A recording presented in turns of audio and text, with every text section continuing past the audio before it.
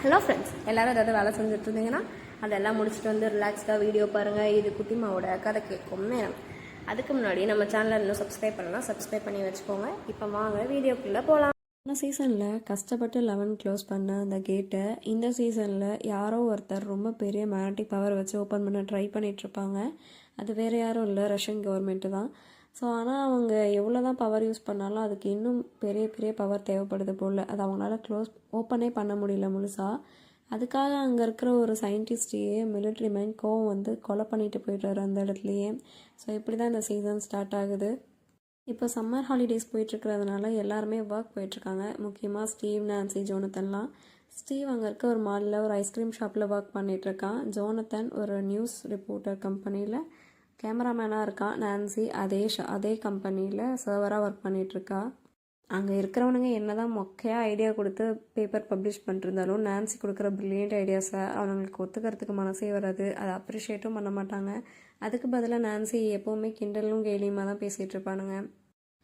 Mic daily 11 பார்க்கறதுக்காக அவள் வீட்டுக்கு போகிறான். ஆனால் சும்மா மட்டும் இல்லை, டெய்லி ஒரே முத்த மழை தான். இது ஒரு நாள் வந்து ஹாப்பர் பார்த்துடுறாரு. அங்கே எதுவும் சொல்ல முடியாமல் வில்லோட அம்மா கிட்ட வந்து கதறிட்டுருக்காரு. இந்த மாதிரிலாம் பண்ணுறான், லவ் பண்ணலாம், கிஸ் பண்ணலாம், அதுக்குன்னு ஒரு அளவு இல்லையா, டெய்லி அதே அவன் ஒரு வேலையாக வச்சிட்ருக்கான், எனக்கு அவனை கொன்று போட்டுடலாம் போல் இருக்குது அப்படின்னு. பசங்களை நம்ம அப்படியெல்லாம் ட்ரீட் பண்ணக்கூடாது, ரொம்ப பொறுமையாக எடுத்து சொன்னால் அவங்களே புரிஞ்சுப்பாங்க அப்படின்னு பேரண்டிங் பற்றி அவங்க சொல்லி கொடுத்துட்ருக்காங்க. ஆனால் என்ன தான் அவங்க சொல்லி கொடுத்தாலும் எப்படியெல்லாம் பேசணும்னு அவங்க எழுதியே கொடுத்தா கூட அதை பார்த்து பிட் அடித்தா கூட அவருக்கு அந்த மாதிரி சாஃப்டாக பேச வரல. இதுக்கு நான் அவனை கொலை கூட பண்ணிடலாம் போல் அப்படின்றாரு. அதே சமயம் அவங்கள டின்னருக்கு கூப்பிட்றாங்க வில்லோட அம்மாவை. ஆனால் அவங்க வரமாட்டேன்னு சொல்லிடுறாங்க. ஏன்னா ஹாப்பருக்கு இவங்க மேலே ஒரு லைட்டாக க்ரஷ் ஒன்று வருது. அது இவங்களுக்கு தெரியுது, அதை அவாய்ட் பண்ண பார்க்குறாங்க.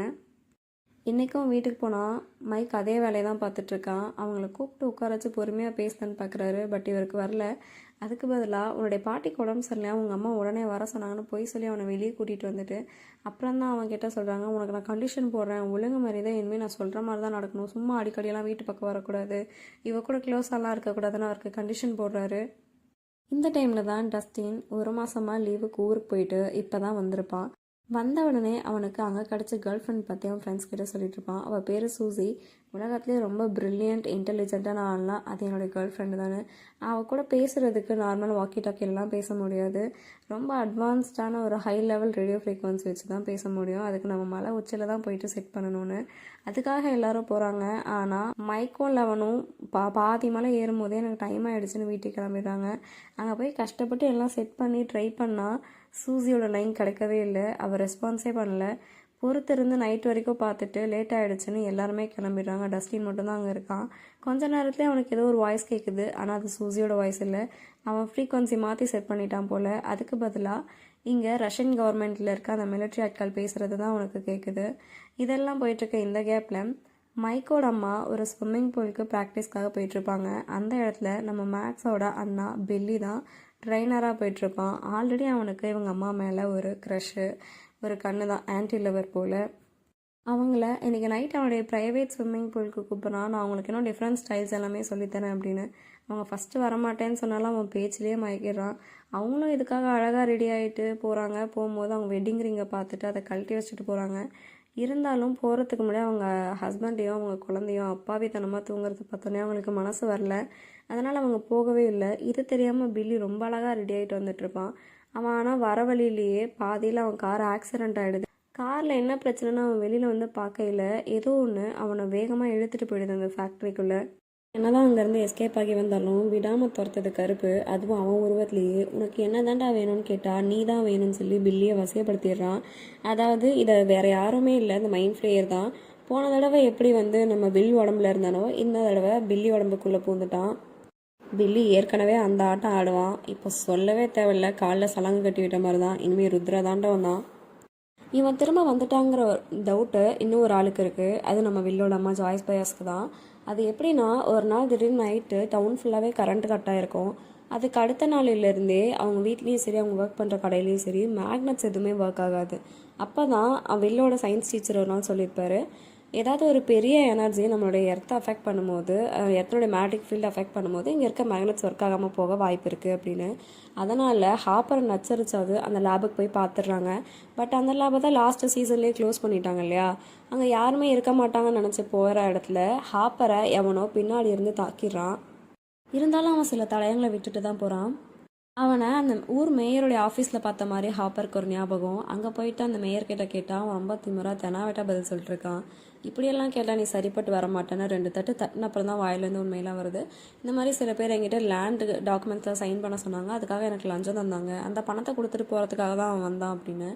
அந்த லேண்ட் டாக்குமெண்ட்ஸ் அதை பற்றின டீட்டெயில்ஸ் எல்லாமே அவன் வீட்டில் தான் இருக்கும். அங்கே போய் அந்த டாக்குமெண்ட்டை எடுத்து பார்க்கையில் தான் இந்த மாதிரி ஒரு அந்த லேபுக்கு பக்கத்துலேயே நிறைய லேண்ட் வாங்கியிருக்காங்கன்றது தெரியுது. அந்த இடத்துக்கு போய் பார்த்தா அங்கே ஒரு வீடு இருக்குது, அதில் ஒன்றுமே இல்லை, யாருமே இல்லை, ஆனால் அங்கே ஒரு சீக்ரெட் ரூம் இருக்குது. ஹாப்பர் அடித்த அந்த கல்பிரேட்டும் அவங்க வந்துடுறான். அவங்களுக்குள்ளே நடந்த சண்டையில் எப்படியோ அதில் இருக்க ஒரு சயின்டிஸ்ட்டை மட்டும் அங்கேருந்து கூட்டிகிட்டு வந்துடுறான் ஹாப்பர். என்ன தான் இவங்க அங்கேருந்து எஸ்கேப் ஆகி வந்தாலும் அந்த கல்பிரேட் விடாமல் ஃபாலோ பண்ணிகிட்டே தான் இருக்கான். இவனை கூட்டிகிட்டு வந்து ஒரு பிரயோஜனமும் இல்லை. இவங்க பேசுகிற பாஷை அவனுக்கு புரியல, அவன் பேசுகிற பாஷை இவனுக்கு புரியல, ஏன்னா அவன் ஒரு ரஷ்யன். அது மட்டும் இல்லாமல் இவங்க வந்த வண்டி நடுக்காட்டிலேயே வந்து ரிப்பேர் ஆகிடுது. அங்கேருந்து எப்படியோ நடந்து வந்து பக்கத்தில் இருக்க பெட்ரோல் பேங்க்குக்கு போயிட்டு அங்கே இருக்க ஒருத்தர்கிட்ட கார் அபேஸ் பண்ணிவிட்டு நேராக அந்த டிடெக்டிவ் வீட்டுக்கு தான் போகிறாங்க. ஹாப்பருக்கு தெரிஞ்சு ரஷ்யன் லாங்குவேஜ் தெரிஞ்ச ஒரே ஆள் அவர் மட்டும்தான். அவங்க எப்படி ஒரு ரஷ்யன் கிட்ட மாட்டிட்டு மொழி தெரியாமல் முழிச்சிட்ருக்காங்களோ அதே மாதிரி இன்னொருத்தரும் ரஷ்யன் லாங்குவேஜ் தெரியாமல் திணறிட்டுருப்பாங்க. அதுதான் நம்மளுடைய Steve and Dustin team. So Dustin ஊர்லேருந்து வந்ததுக்கப்புறமா ஸ்டீவை போய் மீட் பண்ணுறான். 2 பேருமே குழந்தைங்க மாதிரி தான் பிஹேவ் பண்ணுவாங்க ரொம்ப நாள் கழிச்சு பார்த்த உடனே.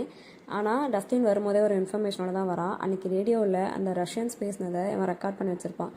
ரஷ்யன் லாங்குவேஜ் இவனுக்கு தெரியாது, அட்லீஸ்ட் ஸ்டீவுக்கு தெரியுமான்னு வந்து கேட்டு பார்த்தா அவனுக்கும் தெரில. பட் அவன் கூட இருக்கிற ராபின், அவன் கூட ஒர்க் பண்ணுற பொண்ணு உண்மையிலேயே ரொம்ப நல்ல பொண்ணு. இந்த சீரீஸ்லேயே இதுக்கப்புறம் சீரீஸாக வர சீசன் எல்லாமே கொஞ்சம் ஃபன்னாக போகிறது இவளால் தான்.